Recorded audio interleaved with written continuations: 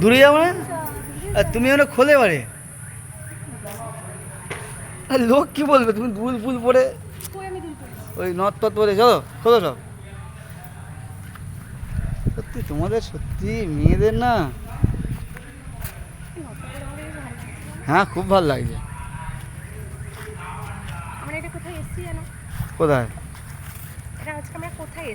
আমি জানবো তোমাদের এলাকা। হ্যাঁ কোথায় কোথায় একটা জায়গার নাম? সবাইকে বলি যে আমার বাড়ি বাটানগর, আমার বাড়ি বাটানগর। হ্যাঁ ঠিক আছে, হ্যাঁ অনেকে জানে আমার বাড়ি বাটানগর, অনেকে জানে না আমার বাড়ি কোথায়।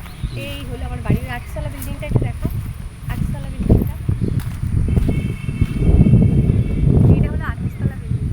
হ্যাঁ এই পিলাটা তুমি কোন ফ্লোরে থাকো? বাবা শিব এখনো আবার দরজা খোলেনি, ভাগ্যের দরজা। দেখলি না, বাবা শিবকে বললাম যে তোমার দরজা বন্ধ থাক, কিন্তু আমার ভাগ্যের দরজাটা খোলো বাবা, খোলো। যেদিন ভাগ্যের দরজা খুলবে সেদিনকে এখানে দরজা খুলে যাবে মনে হয়। ও ভাগ্যের দরজা খুললে এই পিলার দরজা খুলবে? হ্যাঁ, ভাগ্যের দরজা খুললে এই দরজা আমি খুলে দেবো। বাবা শুধু আমার ভাগ্যের দরজা খুলো, বাকিটা আমি দেখে নেবো, বাকিটা আমি দেখে নেবো। ও বাকিটা তুমি দেখবে? এই তো গোসলে বাড়ে গেল। বাকিটা আমি দেখে নেবো। এই হলো হচ্ছে বাটানগর। এটা সবাই জানে বাটানগর। জানি।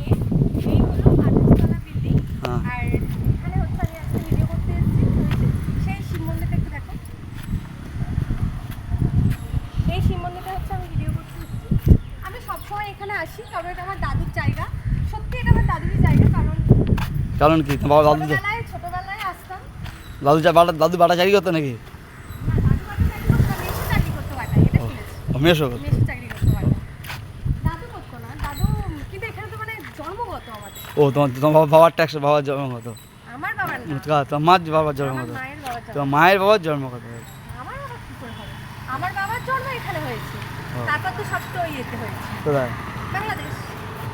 তো তোমার বাবার জন্ম এখানে? আমার বাবার জন্ম এখানে, কিন্তু বাবা মানে আমার দাদুদের সব জন্ম তো বাংলাদেশে। দাদুর জন্ম বাংলাদেশ? এটা করছি কেন আবার তোর সঙ্গে কথা বলতে?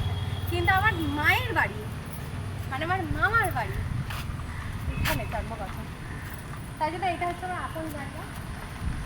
এই রাস্তায় গাড়ি আসছে আর দেখে নাটক করো না বুঝে? আচ্ছা আমি গান চালাবো, পারবো? পারবে না হাল ধরতে, আবার বলেন কেউ টোটা বলবো।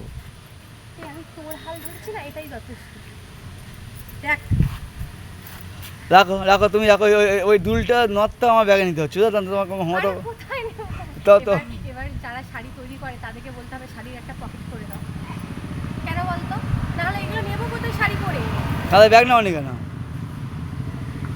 নাটক এদের সারাক্ষণ আবার গেট পড়ে যাবে। রাখো, দাও দাও দাও।